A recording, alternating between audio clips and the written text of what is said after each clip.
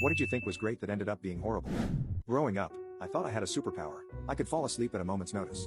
And stay asleep. When other people talked about having trouble sleeping, I had no idea what they were talking about.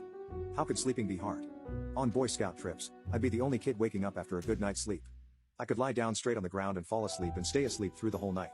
My family would make fun of me for falling asleep in school and during boring movies, but really they were jealous of me, since my mom has terrible insomnia. But what could I say? Sleep was just natural.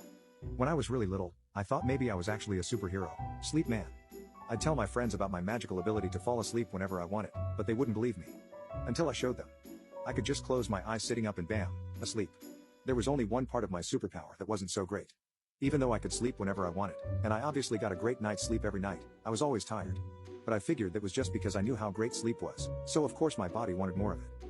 Why would I sit and watch a TV show or do my homework or listen to a boring conversation when instead I could just go to sleep? But when I was 17, everything changed. I'd just gotten my license and I was driving home from school when I started feeling really sleepy. I started kind of daydreaming about the amazing nap I could have as soon as I got home and lay down on the couch. And then the next thing I knew I was waking up with the front of my car smashed against the car in front of me, my arms bleeding and my whole body throbbing in pain. I was horrified. I always knew I could fall asleep in a second, but I'd always been able to control it.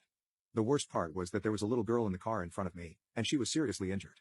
After the paramedics checked me over, I had to contend with a whole investigation with doctors and the police to determine why I'd fallen asleep driving. They wanted to make sure I wasn't driving recklessly or drunk or something.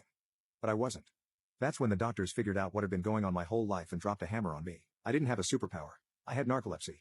Because I had an undiagnosed medical condition, I didn't get in trouble for the accident, but I have to live with the fact that I'm the reason a little girl is in a wheelchair for the rest of her life. And of course they immediately revoked my license.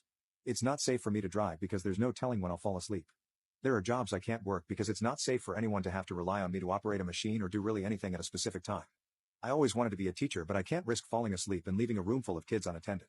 This gift I thought was so great ended up ruining my life and an innocent kid's.